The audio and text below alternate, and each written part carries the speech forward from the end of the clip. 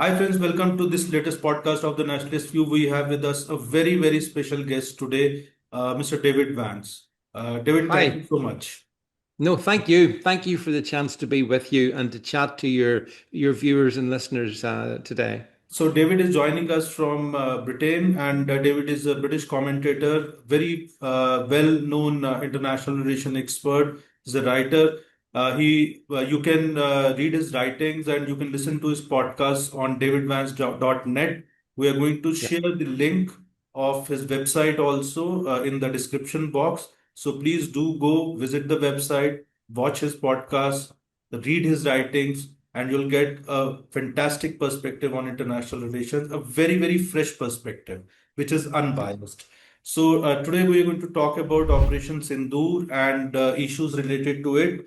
Broadly, we're going to talk about understanding the Operation Sindoor's objective and execution. As viewers must be aware that Operation Sindoor was launched by India to target the terrorist hideouts in Pakistan on May 7th, and there was it was followed by an attack from Pakistan, and then India responded. And then, when armed hostilities went on, and on May 10th, there was cessation of hostilities.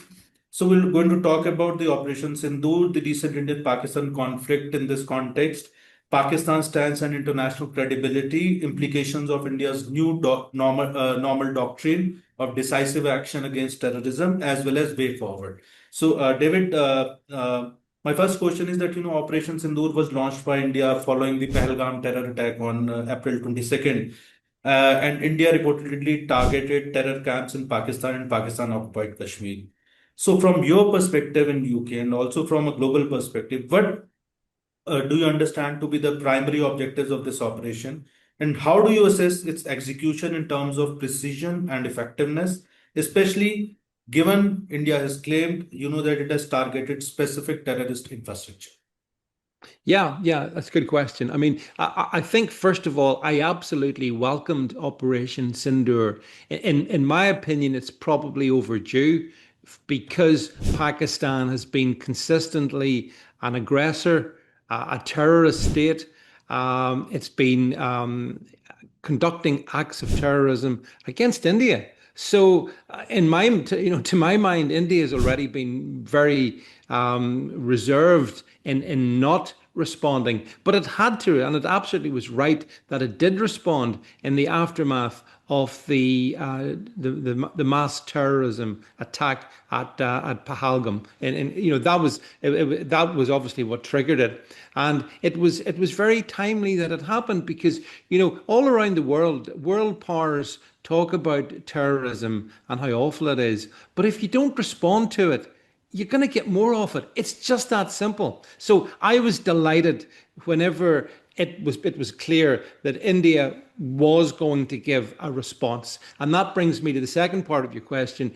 What do I think of the response? I think the response, it was so good on several fronts. Number one, I do believe that it hit a good part of the terrorist infrastructure within Pakistan. Now, did it take it all out? I doubt it. I can't believe it was all taken out. But it's a significant degradation of the Pakistani terrorist infrastructure took place, along with the killing of, I think about 140 or so terrorists. So on that sort of very logistical basis, I think it worked.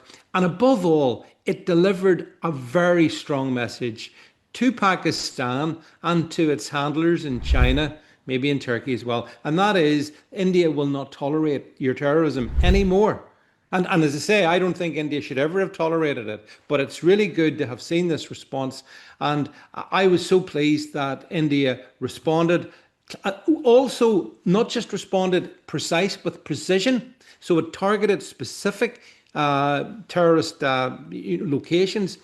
It was also, it didn't escalate more than it could have, and that's down to India as well. I think under Prime Minister Modi, you see, India is becoming a world power militarily as well as economically and in other areas. So this was to me a great example of Indian power in action against Pakistan, and it was, I think, extremely successful on just about every level I can think of.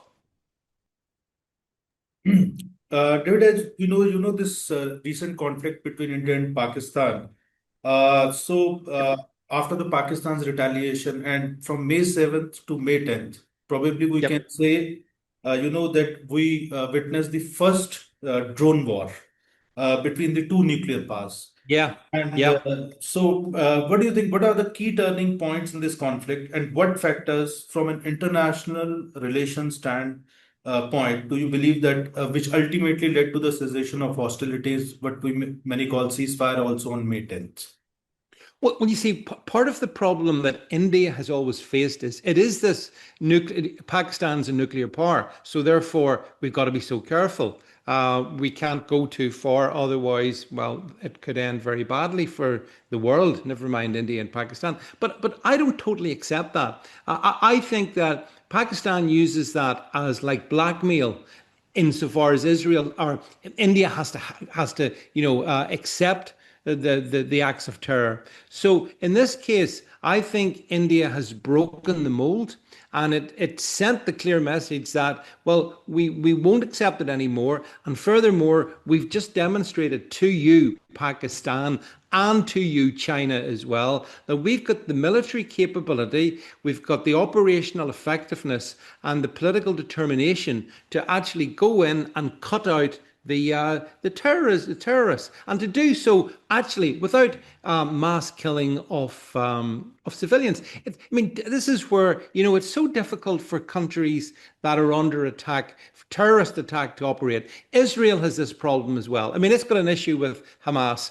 but Hamas hide behind civilians. I mean, they just do. And that makes it very difficult in the international stage for Israel to deal with Hamas. And in a way, Pakistan is a bit similar insofar as it hides as well, and it pretends, it pretends it doesn't even have terrorists, which amuses me. I mean, come on, we all know that it's infested with terrorists. So I think India sent the message to the international political sort of environment that we will act now, and it did act.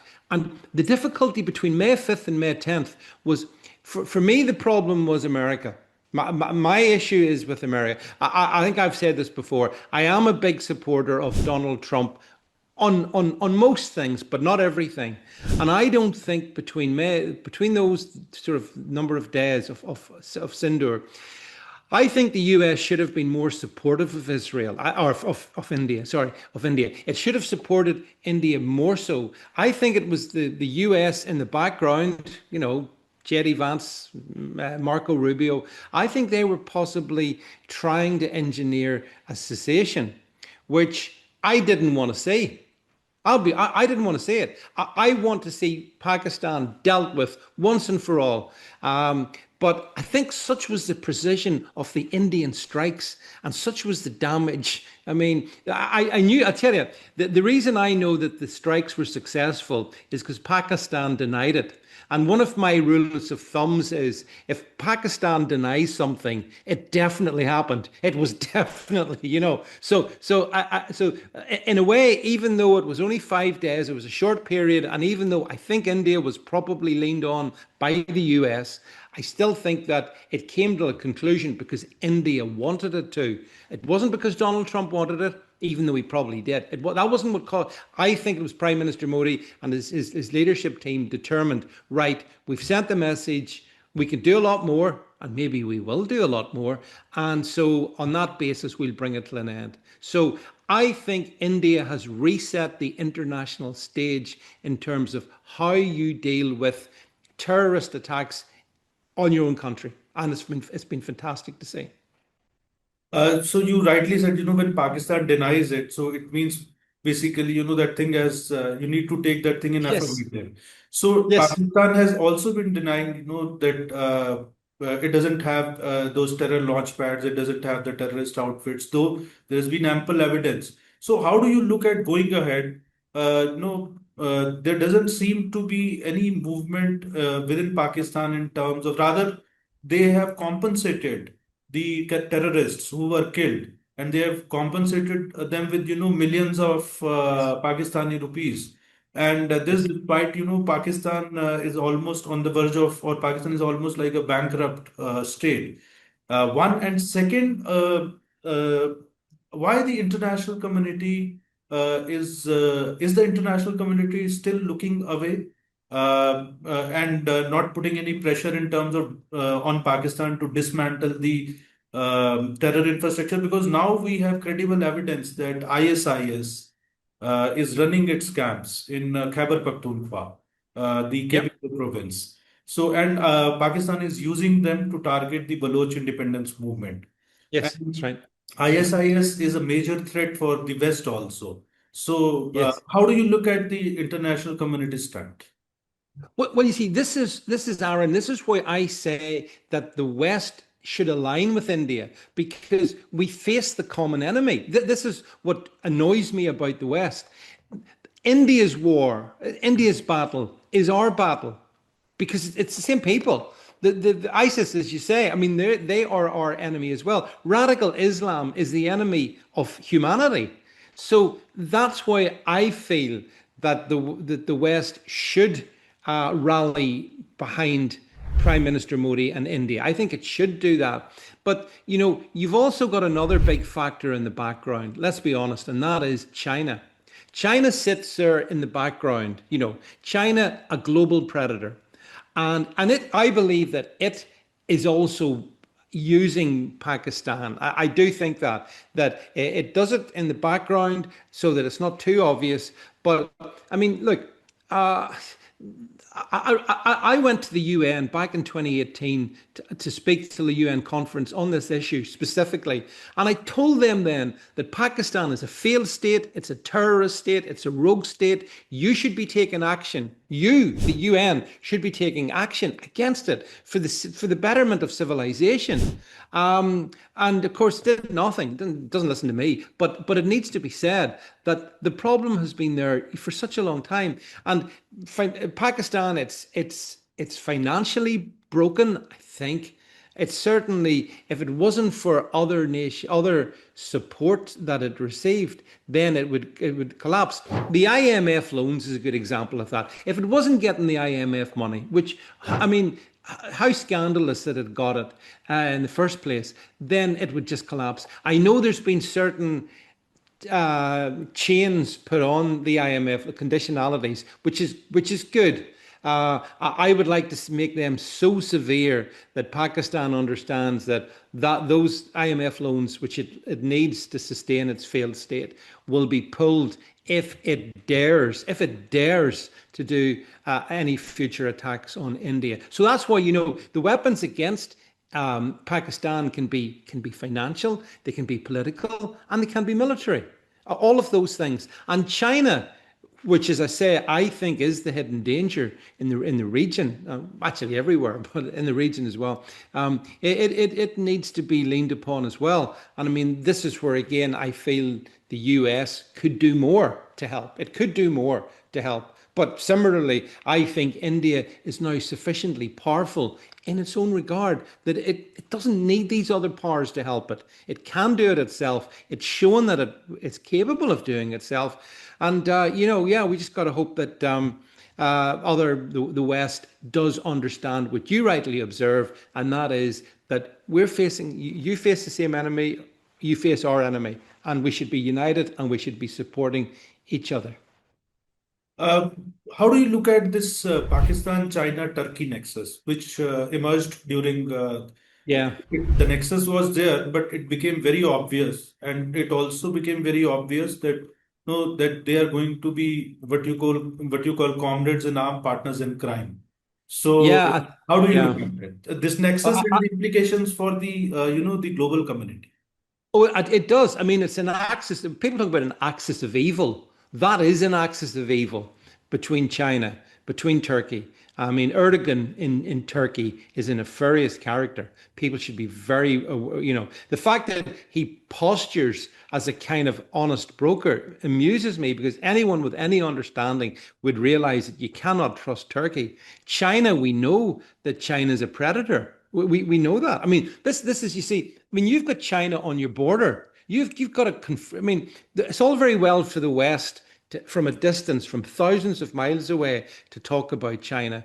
But India has to deal with it every day. And that's another reason I support India, by the way, because I'm well aware of the conflicts in the borders and stuff, the stuff that goes on, you know. So I think that this axis of evil, it's not necessarily the strongest axis of evil, because Pakistan itself, it's the weakest of them. It may have nuclear capability. That's the only thing it has, and that needs to be removed. It is unfit to have nuclear capability, and the problem is that it has it.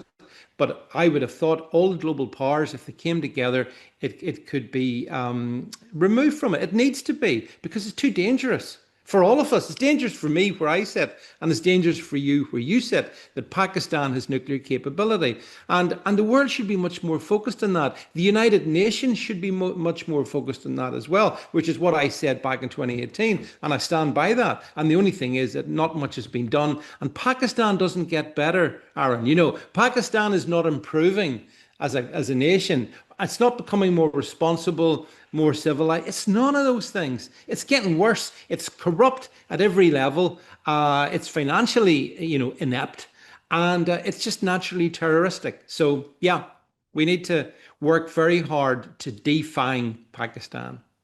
So, Prime Minister Modi, after the cessation of hostilities, so he gave a speech in which he set up but in India we are calling, a new normal. He also mentioned about it, that now any act of terrorism, so India will respond decisively, primarily meaning that India will basically hit the terrorist targets, even if they are in Pakistan. So, Yes. how do you see this new normal in terms of, does it have a lesson for other nations? Though you mentioned earlier also that nations who are facing terrorism, so they can learn from the way India is handling now terrorism. But how do you look at this new normal doctrine of Prime Minister Modi or of India, that Yeah. any act of terror basically will be considered as an act of war and India will retaliate decisively? Yes. That's the point. An act of war. You're dead right. And but it is. I mean, it's a recognition of reality. And so many nations around the world are afraid to respond to acts of terrorism. In fact, half of them deny that they're even acts of terrorism when it's obvious that they are. So I think, and this is the bit, one of the things that's very interesting for me, Prime Minister Modi is setting a gold standard for the world in terms of, if any country is attacked and terrorist acts are carried out against it, then they should all consider it to be acts of war, and they should respond in kind. This is the only way of responding. Look, I live in the UK, and specifically I live in Northern Ireland. For many, many decades, Northern Ireland suffered immense terrorism, and the governments were scared to respond to the terrorist threat. I look at Prime Minister Modi in admiration, and I see this is leadership, and it's moral leadership, but it's effective leadership, and it's sensible leadership. Because if you do not send a signal to those carrying out these acts, we will treat this as an act of war, and you've seen what we can do. If you don't do that, all you're going to get is more acts of terrorism. I mean, as I said to you at the beginning, I welcome Operation Sindoor, but do I think that's ended it? No, no. There's going to have to be Operation Sindoor 2.0 or whatever. I think, because Pakistan is going to have to be. It's been shown what India can do, but I think it will need possibly another example of that, so that we can bring about. We need regime. I remember George W. Bush and all used to talk about regime change, didn't they? We need regime change in Islamabad. We need to see Pakistan changed for the betterment of the Pakistani people, I might add. Because I'm not saying all Pakistani people are bad. I'm just saying the political class, the military class, and the media as well are absolutely appalling, and that needs changed. One last question, David. You have seen, because you are in UK, so obviously you have been tracking the UK's media's coverage of this war Yeah. and terrorism in India and Pahalgam terror attack, and then especially this May 7th to May 10th Yeah. hostility between India and Pakistan. You've also been observing, the coverage of by other international publications and digital media platform broadly. So, if you could, share with our viewers your perspective on how you look at the UK's coverage of UK media's coverage of this war, how you look at the overall international media's coverage of this war, Yeah. because as they say, nowadays there is a war on the ground. There is also a battle of narratives which is being fought all along with it. So, Yep. and frankly speaking, a lot of people initially thought, especially during May 7th to May 10th, and a couple of days after that also, that Pakistan had put India on the back foot as far as the battle of narratives was concerned in the international arena through international publications. So, how do you Yep. look at this, and what are the lessons which India need to learn from this so that when there is a battle of narratives, it should also basically, set its kind of own house in order, do the needful, so that they don't lose the battle of narratives, even if they win the battle on the ground. Yeah, because you're quite right. There's the battle on the ground, and then there is the battle of narrative. And the battle of narrative has to be won just as much as the battle on the ground. Now, what I observed during this period earlier this month was that the here in the UK, the mainstream media covered it pretty much. Both sides are to blame. They're both dangerous because they're both capable of nuclear in exchange. So therefore, the UK media was neutral on it, possibly leaning into Pakistan. And this is the problem this is the great problem for India, but I believe it's one that can be fixed. And that is that, as I've said before, Pakistan is pretty much awful at everything apart from one thing, and that is propaganda. And it's got its propaganda stuck across the Western media in particular. And here in the UK, for example, we've got there's a Pakistani diaspora which votes for Labour, which is our government at the moment. So that Labour government doesn't want to offend the Pakistani voters. Therefore, it basically stayed silent, which is shameful, totally shameful. Now, the UK is maybe one of the worst places in that regard. I think in the States, there was a more balance shown in understanding the nature of the conflict. But even then, from the US point of view, they kind of take their lead from either Trump or from the Democrats, neither of whom I think necessarily fully grasp the issue.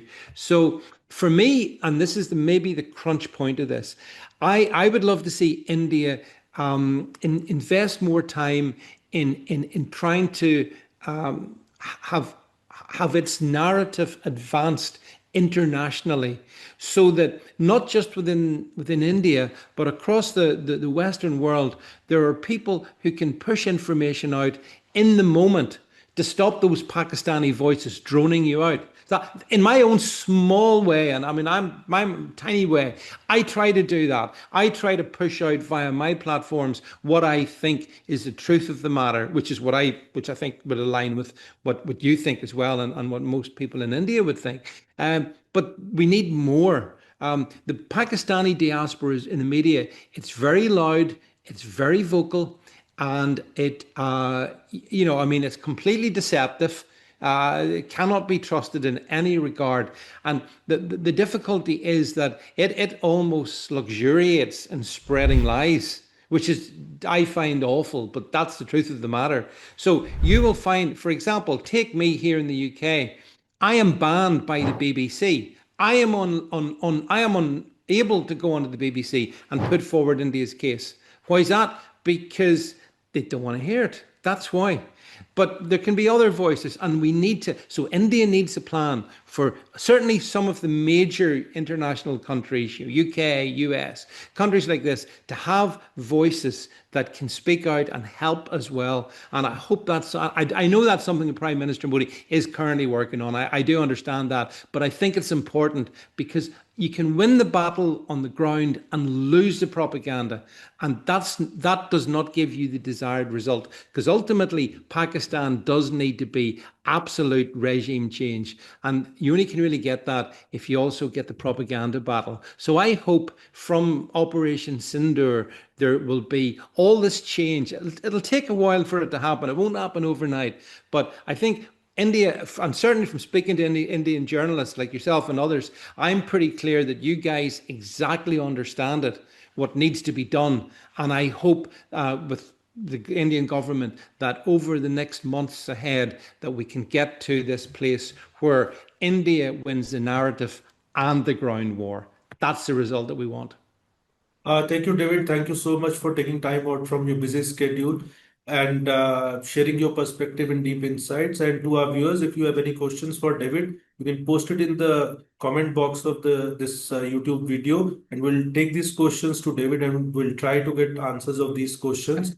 And if you have liked the video, so please share it, subscribe to the channel, and please don't forget davidvance.net.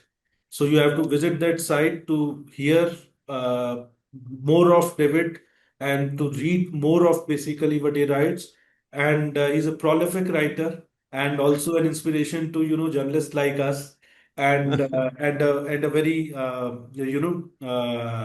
very prolific podcaster also. And we are hoping to have him again with us very soon on another issue and bring his deep insights and perspective. And thank you so much, David, once again. Thank Thank you. you so much as well. Thank you now.